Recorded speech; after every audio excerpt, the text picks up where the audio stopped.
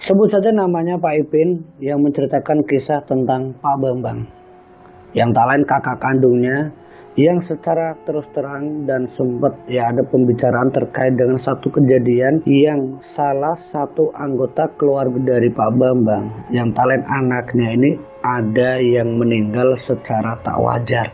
Dan dari ceritanya Pak Bambang, Pak Ipin yang mendengarkan bahwa ketika anaknya itu meninggal, si pelaku yang lain kakak kandung Pak Ipin sangat tahu betul dan bagaimana ketika rombongan sesembahan dari Pak Bambang itu datang membawa anaknya. Jadi sebuah pengalaman yang sangat mengerikan dari kakak kandungnya Ipin yang saat itu menceritakan hal tentang kejadian yang dialami salah satu anaknya yang meninggal secara tak wajar. Pak Ipin langsung merasakan kalau dia yang tak lain adalah adik kandungnya itu sempat memaki-maki kakaknya itu Pak Bambang. Jadi selama ini sampean itu kan sukses kaya raya, punya usaha sana sini, ternyata ada kaitannya dengan pesugihan.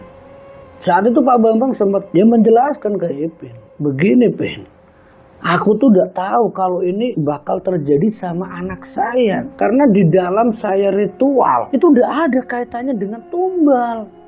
Kamu kan tahu selama aku kerja, selama aku meraih kesuksesan ini kan semua dengan keringatku. Tapi memang aku sengaja menyajikan ritual-ritual itu. Yang aku kira itu ritualnya hanya ngasih sesaji.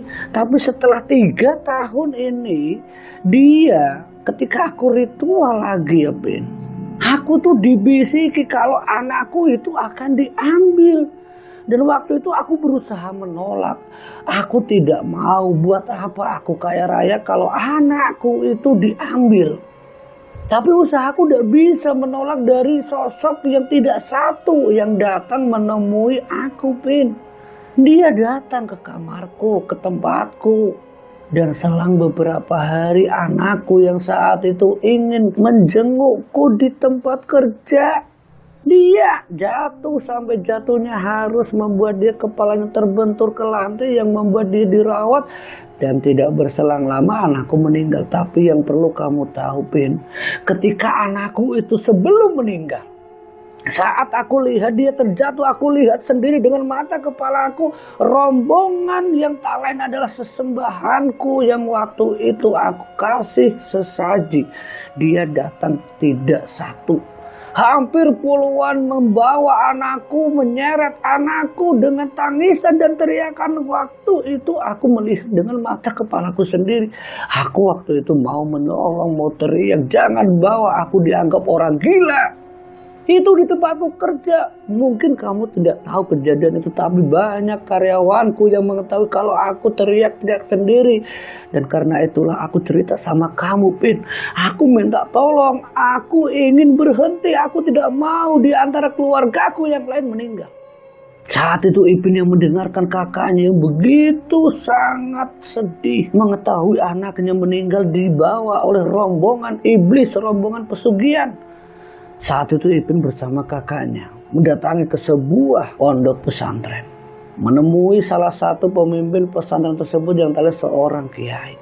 Berusaha Ipin meminta Pak Kiai untuk bisa membimbing kakaknya yang bernama Bambang agar bisa kembali ke jalan yang benar. Saat itu Pak Kiai menerima Pak Bambang. Pak Kiai menerima Pak Bambang yang saat itu diberi bimbingan sedikit demi sedikit untuk kembali mengimani Sang Pencipta yaitu Allah Subhanahu wa Ta'ala. Tapi Pak Bambang juga saat itu yakin adanya kuasa Allah. Dia yakin karena di saat dia sembari ritual yang setiap 1 bulan sekali di malam 1 Kliwon, Pak Bambang masih melakukan ibadah sholat, masih melakukan hal-hal yang baik. Tapi ketergantungannya dengan ritual itu yang tidak bisa dipungkiri oleh Pak Bambang bahwa di balik kesuksesan dan kekayaan yang dia dapatkan kurang lebihnya selama 3 tahun itu semua karena ada perewangan terkait dengan ritual setiap 1 Kliwon. Dan itu pun dijelaskan ke Pak Kiai. Dan ketika Pak Kiai mendengarkan, Pak Kiai menjelaskan ke Pak Bambang, Pak Bambang, yang namanya sesaji ritual. Apalagi sampean sudah yakin bahwa ritual itu ada sosok gaib, jin atau sejenisnya. Itu sama saja sampean itu menyekutukan Allah Subhanahu wa taala. Memang jin itu dengan berbagai macam cara menjerumuskan manusia. Ya di antaranya seperti sampean Pak Bambang. Sampean masih melakukan sholat, masih melakukan hal-hal baik. Dan di situ juga sampean secara tidak langsung diminta sama sesembahan itu untuk tetap memakai ritual-ritual. Dan sampean saat ini merasakan sendiri di balik ritual itu yang tidak bisa sampean pungkiri, setelah 3 tahun anak sampean meninggal. Dan sampean niatnya ke sini mau bagaimana?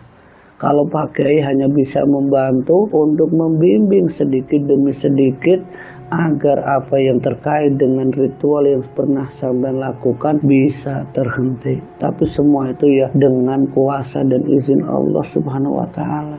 Pak Kiai tidak bisa berbuat lebih, hanya bisa mendoakan dan ikhtiar. Iya Pak Kiai, apapun aku akan lakukan asalkan aku dan seluruh keluargaku selamat.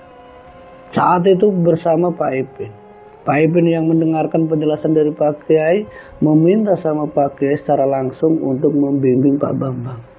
Dan Pak Bambang pun setiap seminggu 2 kali itu datang ke pesantren tersebut, meminta pencerahan, meminta penjelasan bagaimana caranya agar tidak diganggu sama sosok pesugihannya. Dan terutama yang diinginkan oleh Pak Bambang bersama Ipin waktu itu, agar keadaan anaknya yang saat itu dibawa rombongan pesugihan, rombongan siluman, agar bisa terlepas. Dan saat itu Pak Kiai itu memang bukan ahli kebatin atau pelaku spiritual. Saat itu Pak Kiai ya berusaha untuk menjelaskan secara pondasinya iman Islam yang tak lain secara ikhtiarnya. Saat itu Ipin dan Pak Bambang yang kurang sreg, mereka berdua pindah ke tempat yang lain yang tak lain adalah pelaku spiritual. Dia orang biasa, bukan seorang ustadz atau seorang kiai, dan bukan juga seorang dukun.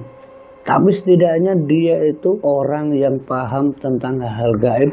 Dan secara keyakinannya Pak Ipin, dia juga pernah ada di salah satu pesantren. Keyakinannya Pak Ipin bersama kakaknya itu Pak Bambang setelah dipesan untuk kurang lebihnya hampir 3 bulan semenjak anaknya meninggal, Pak Bambang masih merasakan kalau dia itu diteror terus menerus oleh sosok sesembahannya. Dan Pak Bambang yang sudah tidak lagi melakukan ritual di kamarnya, yaitu memberikan sesaji di setiap satu kliwon di antara keluarganya, yaitu istrinya juga kedua anaknya, setiap malam Sabtu Kliwon itu merasakan kalau keluarganya itu diteror, benar-benar diteror. Dan nyatanya ketika Pak Ipin juga ikut menginap di rumah Pak Bambang, kamar yang dulu digunakan ritual oleh Pak Bambang yang sudah tidak dilakukan kurang lebihnya 2-3 kali waktu itu, setiap malam Sabtu Kliwon kamar itu selalu bergemuruh, suaranya itu benar-benar riuh seperti kayak banyak orang. Tapi ketika dibuka tidak ada apa-apa. Tapi ketika tertutup lagi, suara itu muncul lagi. Dan bahkan pernah sesekali di antara keluarganya Pak Bambang yang tak lain adalah anak keduanya mendengar teriakan dan tangisan adiknya yang sudah meninggal. Anaknya Pak Bambang yang meninggal ini usianya 9 tahun. Sementara kakaknya yang berusia 14 tahun yang saat itu duduk di bangku SMP itu sering sekali mendengar adiknya itu menangis meminta tolong memanggil kakaknya. Kak, tolong kak, sakit kak, tolong kak, bapak kejam kak, bapak. Dan itu bukan sekali 2 kali. Dan Pak Bambang mengakui bahwa dialah yang sudah membuat anaknya meninggal. Kurang lebihnya 3 bulan saat itu malam Sabtu Kliwon, Pak Ipin yang tinggal di rumah bersama Pak Bambang mendengar teriakan itu yang saat itu ia masih dirasakan bagaimana teror keluarga itu yang setiap malam itu selalu dihantui ketakutan yang sangat berlebihan. Berlebihan saya bilang. Karena yang diceritakan Pak Ipin, istrinya Pak Bambang khawatir kalau tidak lagi melakukan ritual pasti bisa berbahaya untuk Pak Bambang, istrinya ataupun kedua anaknya. Karena setelah 3 kali ritual itu tidak dilakukan, anak keduanya Pak Bambang ini yang berusia 14 tahun itu jatuh sakit. Dan ini tentunya membuat kekhawatiran yang sangat berlebih dari seorang istrinya Pak Bambang, yang sebut saja namanya Bu Santi atau Mbak Santi lah. Kata Pak Ipin, yang menjelaskan bagaimana Mbak Santi yang sangat ketakutan ketika anak keduanya yang berusia 14 tahun itu sakit yang secara mendadak, yang membuat sakitnya ketika di medis, diperiksa, tidak ada penyakit yang bisa dideteksi. Memang secara medisnya dia gejala tipes. Tapi anehnya, kalau memang dia gejala tipes, seharusnya dia susah untuk makan. Tapi makannya masih normal.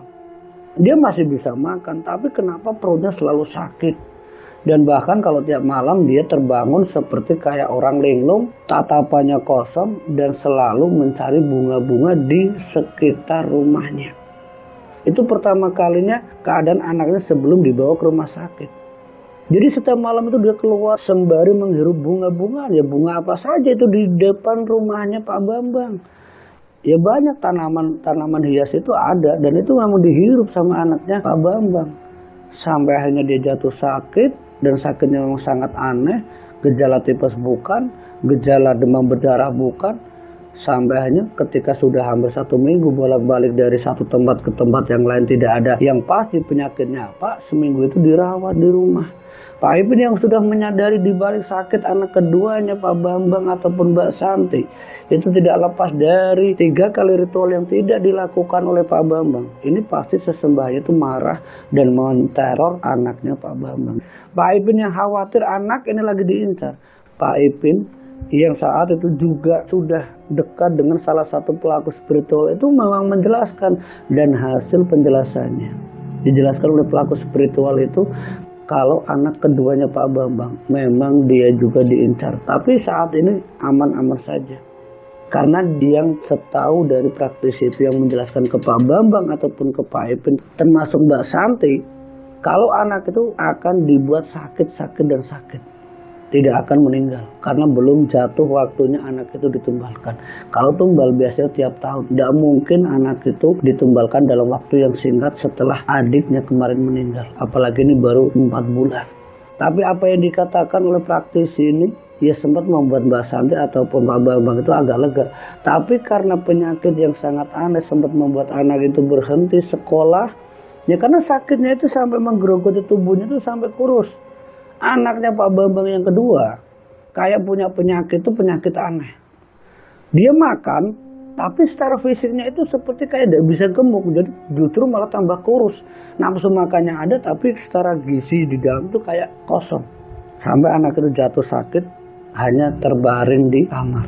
Dan mulai saat itu ya anak itu dirawat, ya rawat jalan. Dan disitulah ternyata terjawab kalau sakit ini adalah usaha dari iblis yang tak lain pesugihan atau perewangan dari Pak Bambang untuk menarik harta dari Pak Bambang yang sudah diberikan oleh sosok sesembahnya Pak Bambang. Jadi yang terjadi sama keluarganya Pak Bambang waktu itu ketika dibantu para pelaku spiritual, lewat anak keduanya yang sakit, Pak Bambang mulai ngejual toko materialnya untuk berobat anaknya. Jadi banyaknya harta benda yang dimiliki oleh Pak Bambang, kakaknya Pak Ipin, itu sebagian besar itu habis, ya tak berguna. Bisa dibilang itu kayak tidak ada berkah-berkahnya. Uang itu ya ada, cuman untuk sesuatu yang tidak bermanfaat. Memang saat itu anaknya yang sakit ini ya memang dari harta-harta itu. Jual toko, buat periksa sana sini sembari rawat jalan, ngundang dokter spesialis, ngundang beberapa praktisi. Sampai hampir 3 bulan, 4 bulan anaknya dirawat di rumah. Kurang lebihnya hampir 8 bulan sepeninggal anak pertamanya Pak Bambang. Usaha Pak Bambang untuk melepaskan jerat pesugihannya itu belum selesai. Pak Bambang dan keluarganya itu masih diteror. Itu sudah 8 bulan loh lamanya. Padahal Pak Bambang sudah tidak lagi ritual di setiap satu kliwon. Sampai Pak Bambang itu sudah hampir putus asa waktu itu. Dia sudah pasrah, kalaupun memang aku harus menerima tanggung jawabku yang telah perjanjian yang sudah aku sepakati, aku terima. Tapi jangan anak ataupun istriku. Dan disinilah Pak Bambang seperti kayak melakukan ritual kembali. Padahal di situ Pak Bambang yang dibantu oleh Ipin untuk tidak lagi ritual. Sudah 8 bulan pada tidak pernah ritual, tapi melihat anaknya yang sakit-sakitan dan khawatir anak keduanya ini meninggal. Pak Bambang kembali melakukan ritual tanpa sepengetahuan Ipin. Dan saat ritual yang dikatakan oleh Pak Bambang yang diceritakan ke Ipin, kalau dia meminta sama sebanyak, tolong jangan ganggu anakku, ambil saja nyawaku. Saat itu Ipin benar-benar marah sama kakaknya ini. Kang, sampean ini sudah berusaha dari ke pesantren, dari sana sini, tapi sampean kembali melakukan ritual itu sama saja sampai itu bunuh diri. Saat itu Bambang menceritakan ke Ipin, "Pin, kamu gak tahu bagaimana aku yang khawatir dengan anakku. Kamu gak tahu, aku tuh benar-benar gak mau siapapun celaka gara-gara aku.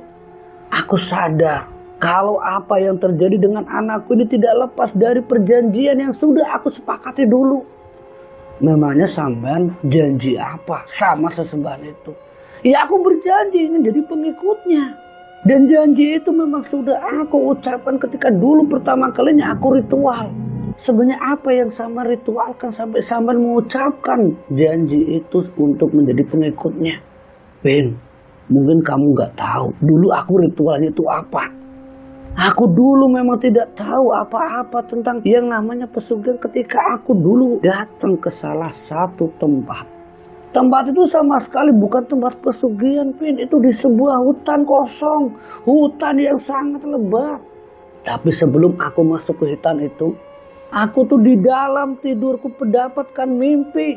Kalau kamu pingin kaya, datang saja ke tempat itu tanpa kuncen, tanpa apa. Aku hanya mendapatkan petunjuk lewat mimpi yang datang beberapa kali, sehingga aku benar-benar datang ke sana. Dan ketika aku datang ke sana, aku pernah diajak oleh seseorang saat aku sedang ritual, sedang semedi. Entah siapa yang ngajak aku, orang itu dengan pakaian yang ya seperti manusia biasa. Aku diajak masuk ke dalam dan di sana aku ditawari, kamu ingin apa? Aku ingin mendapatkan kesuksesan dan kekayaan. Saat itu dia menjelaskan ke aku, apa yang kamu jaminkan untuk aku? Apakah kamu sanggup menjadi pengikutku? Dan aku menjawab iya. Dan itu janjiku, Pin. Dan saat itu aku diantar kembali sama sosok laki-laki yang mengantarku ke tempat semedi. Dan saat aku terbangun, aku masih duduk di tempat itu. Dan aku mencoba mencari tahu tempat apa yang sebenarnya barusan aku datangi. Menelusuri dalamnya hutan, tidak ada tempat itu. Dan aku pun balik.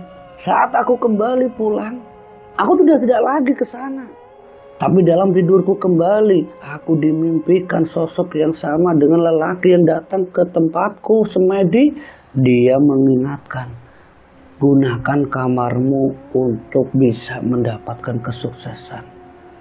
Gunakan sesaji yang kamu yakini bisa mendatangkan kesuksesan.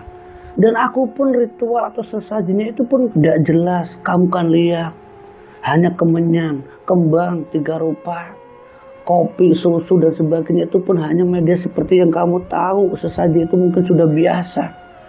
Itu yang aku lakukan, Pin. Tapi semenjak itu aku melakukannya. Di setiap satu kliwon, ya istriku tahu, anak-anakku tahu. Dan aku sendiri juga tidak tahu kalau di balik ritual itu ternyata ada kaitannya dengan anakku yang baru meninggal beberapa bulan kemarin. Aku benar-benar tidak menyangka. Tahun pertama kamu lihat aku tuh mudah mendapatkan kesuksesan. Sampai aku bisa ngelola yang namanya toko material yang saat ini sudah aku jual untuk pengobatan anakku, Pin. Itu semua dari situ aku awalnya bisa mendapatkan kesuksesan. Aku tidak menyangka. Setelah aku begitu sukses, rumah sudah saya renovasi, mobil sudah aku beli. Tapi ternyata anakku itu meninggal dan aku menyaksikan sendiri, Pin. Seperti apa yang sudah aku ceritakan ke kamu dulu. Aku melihat sosok yang pernah menjanjikan aku kesuksesan lewat perintahnya. Dia mengambil anakku. Karena itulah aku ingin ritual kembali ke tempat yang dulu pernah aku datangi, Pin. Aku ingin memutus yang namanya perjanjian itu. Tapi pertama kalinya aku harus ritual di sini dulu. Aku menyerahkan, tapi sosok itu udah datang. Semalam itu udah datang. Terus sampean maunya gimana, Mas Bambang? Aku akan datang ke tempat yang dulu aku semedi. Di hutan itu. Kalau kamu mau ikut, ayo ikut. Aku ingin memutus perjanjian itu asalkan anakku selamat, keluargaku selamat. Kalaupun harta benda aku titipkan ke kamu, kalau memang keluargaku harus jatuh bangkrut, miskin, melarat, aku titip sama kamu, Pin. Aku sudah benar-benar putus asa. Aku tidak bisa menghadapi pahitnya keadaan anakku yang saat ini sekarat. Kamu lihat tubuh anakku sudah seperti mayat hidup. Sudah 4 bulan dia terbaring di rumah. Aku tidak mau dia meninggal gara-gara ulah bapaknya. Aku tidak mau, Pin. Mendengar apa yang dikatakan kakaknya yang bernama Bambang, Ipin dan juga para pelaku spiritual bersama Pak Bambang itu menuju ke salah satu hutan. Dan di sanalah, di tengah hutan itu terdapat sebuah batu besar yang merupakan tempat pertama kalinya Pak Bambang itu semedi. Di tempat itulah bersama para pelaku spiritual termasuk Pak Ipin mendoakan agar Pak Bambang bisa ketemu dengan sosok tersebut, sosok sesembahannya. Di saat ditemani beberapa orang ini, Pak Bambang untuk ketemu dengan sesembahannya itu tidak bisa bertemu. Tapi dia bertemu dengan salah satu orang suruhan, mungkin suruhan dari sesembahannya. Mereka semua suruh pulang dulu, maka kamu akan bisa menemui sesembahan kamu. Dan saat itu Pak Bambang yang dari saat semedi yang kurang lebihnya sudah 3 malam dia tidak ditemui, dia tersadar dan terbangun meminta sama Ipin dan seluruh para pelaku spiritual untuk kembali dan tunggu aku di rumah. Saat itu semuanya mengikuti saran Pak Bambang, tapi berpesan sama Pak Bambang, sampean jangan pernah mengikuti saran dan keinginan dari mereka. Mereka itu ingin menipu sampean. Aku tahu, Pin, aku tahu semuanya, Pak Ustadz. Aku tahu, Mbah. Saat itu Pak Bambang kembali melanjutkan semedinya, sementara yang lainnya balik. Saat Pak Bambang sendirian, kurang lebihnya 1 malam. Esok harinya Pak Bambang pulang menemui Ipin dan juga para pelaku spiritual. Dan Pak Bambang kembali menceritakan ke Ipin, aku semalam ketemu dengan sesembahanku. Tapi aku tidak bisa memutus perjanjian itu, Pin. Aku akan tetap menjadi pengikutnya. Dan aku akan bisa menyelamatkan anakku setelah semua harta yang diberikan untukku habis untuk kesembuhan anakku. Dan saat itulah anakmu bisa kembali pulih. Tapi sebelum harta itu habis, kamu tidak akan bisa menyelamatkan anakmu. Dan saat itu saran dari Ipin dan juga semuanya termasuk para pelaku spiritual, termasuk istrinya, sebagaimana mestinya apa yang dimiliki oleh Mbak Bambang semuanya itu dihabiskan dalam kurun waktu 2 bulan lamanya. Harta benda Pak Bambang semuanya dia gunakan untuk hal-hal yang baik. Wallahu alam, diterima atau tidaknya urusan Gusti Allah, kata Pak Bambang. Dia sedekahkan semuanya.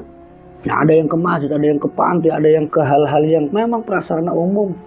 Sampai Pak Bambang itu bisa dibilang tidak punya apa-apa. 2 bulan lamanya usaha Pak Bambang menjual semua asetnya, menghabiskan semua asetnya yang tidak lepas dari kekayaan yang diberikan sesembahannya.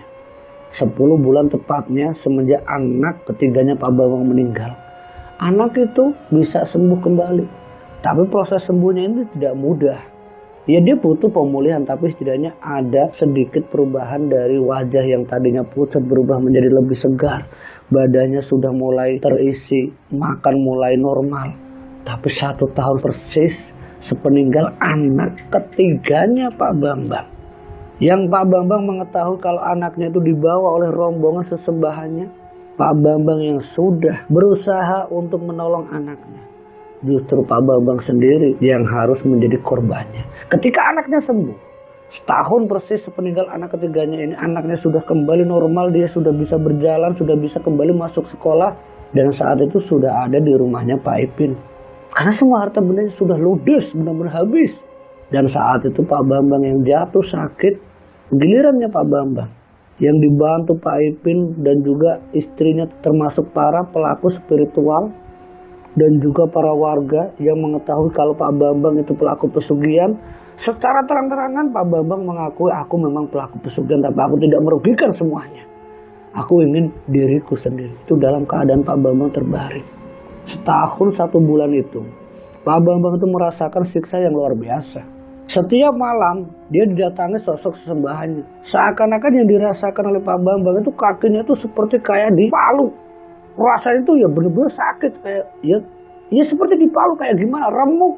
Dan itu berlahan dari kaki sampai tulang-tulangnya itu sampai sekujur tubuh Pak Bambang dalam kurun waktu 1 bulan itu seperti lumpuh total. Walaupun dia masih bisa berucap secara lisan. Tapi itulah ganjaran atau mungkin karma dari Pak Bambang yang berusaha untuk kembali ke jalan yang benar setelah perjanjiannya itu dia langgar. Yaitu perjanjian sosok sembahan. Karena memang Pak Bambang sudah bertekad untuk tidak lagi melanjutkan ritual-ritual tersebut.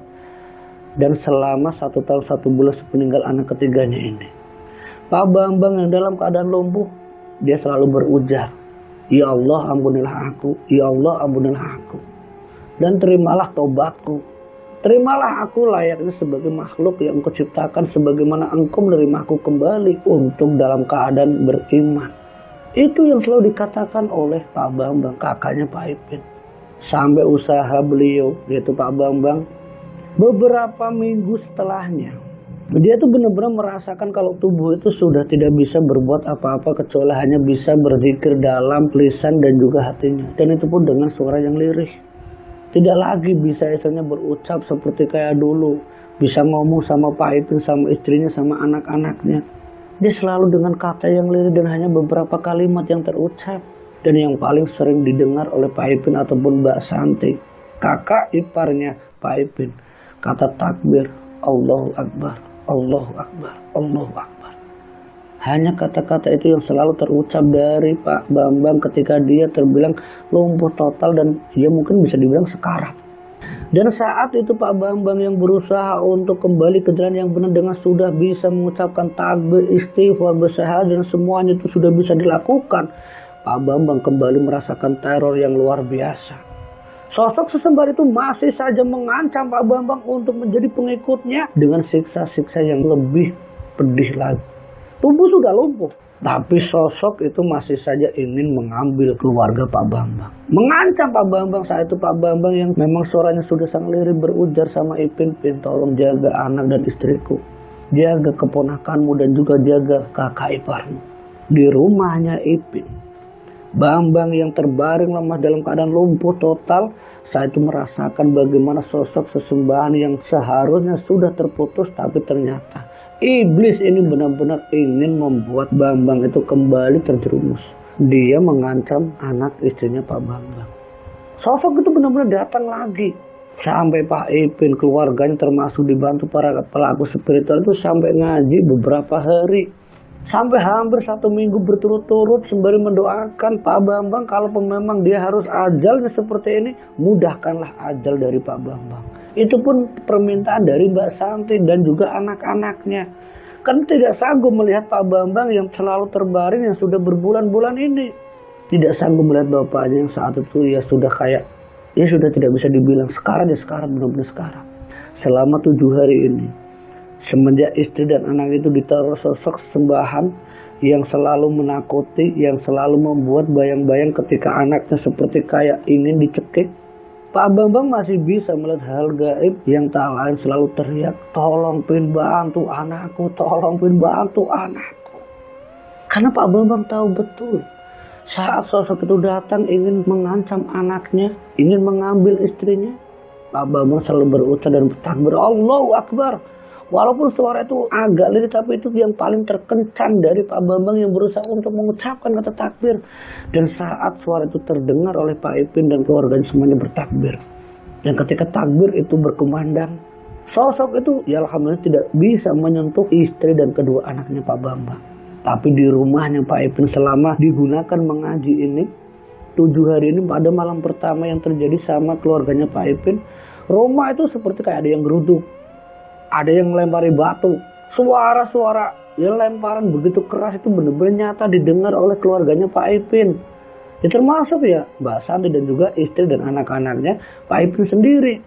Sampai keluarga itu ketakutan ya karena tidak ada angin, tidak ada apa, seperti angin berhembus begitu kencang di luar rumah, di dalam rumah. Sampai yang namanya barang-barang di dapur itu sampai ya kayak ada yang lempar. Saat itu para pelaku spiritual yang sedang ngaji mencoba menenangkan keluarganya Pak Ipin, kalian semua tenang. Insya Allah dengan kuasa dan izin Allah kalian semua tidak akan terganggu. Yang penting kalian yakin segala hidup dan mati hanya milik Allah. Saat ini dia mengincar Pak Bambang untuk ketika dia meninggal akan diculik rohnya. Itu tujuan dari sosok iblis yang ketika Pak Bambang yang sudah berjanji untuk menjadi pengikutnya seperti menunggu Pak Bambang itu sakaratul maut. Saat itu dengan segala kuasa dari Allah Subhanahu wa taala yang dibantu para pelaku spiritual, para kiai, para ustadz yang mendoakan di rumahnya Pak Ipin pada malam kedua yang terjadi. Saat Pak Bambang yang seperti nafas itu sudah ditenggorokan, itu benar-benar dia sudah tidak bisa lagi ngomong. Nafas saya udah tersengal-sengal dan pikirnya para pelaku spiritual mungkin malam ini ajal dari Pak Bambang.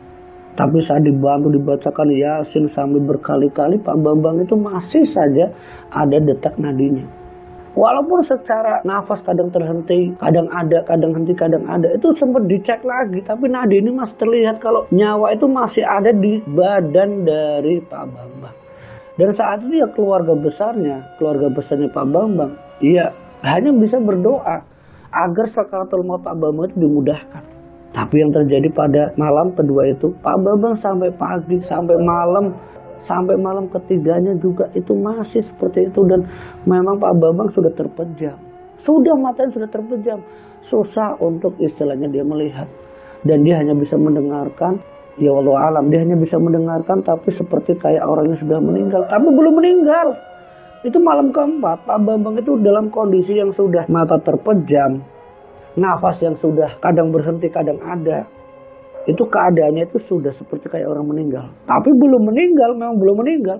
Saat malam keempat dilewati oleh Pak Bambang, keluarganya yang berharap, ya Allah mudahkanlah sakaratul maut suamiku ini, terutama dari Mbak Santi termasuk anak-anaknya, berdoa bermunajat agar ya bapaknya dimudahkan dalam meninggalnya.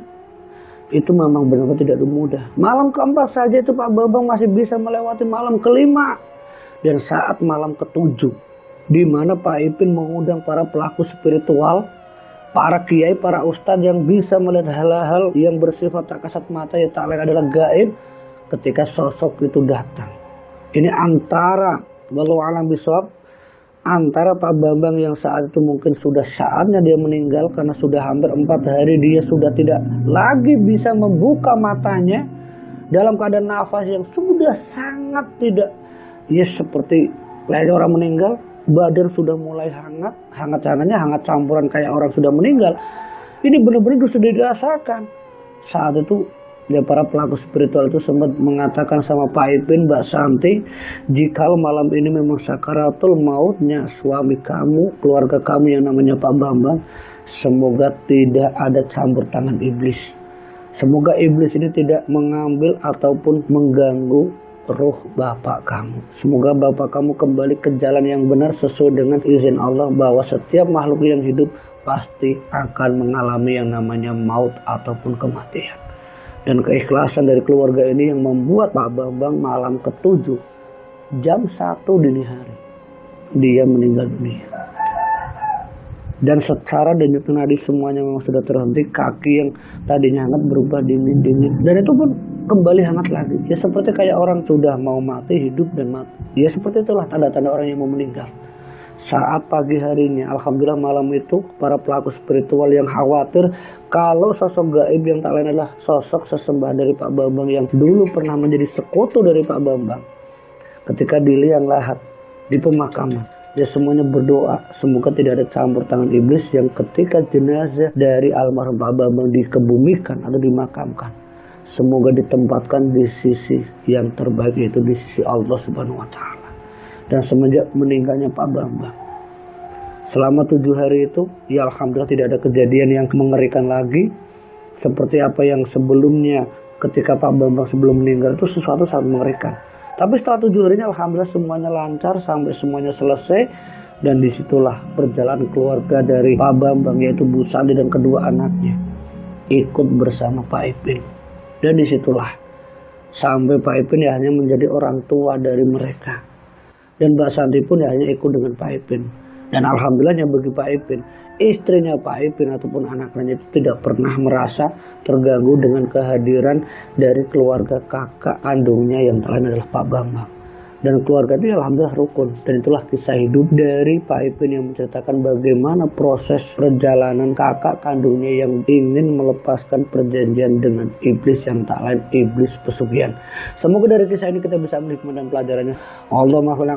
Wassalamualaikum warahmatullahi wabarakatuh.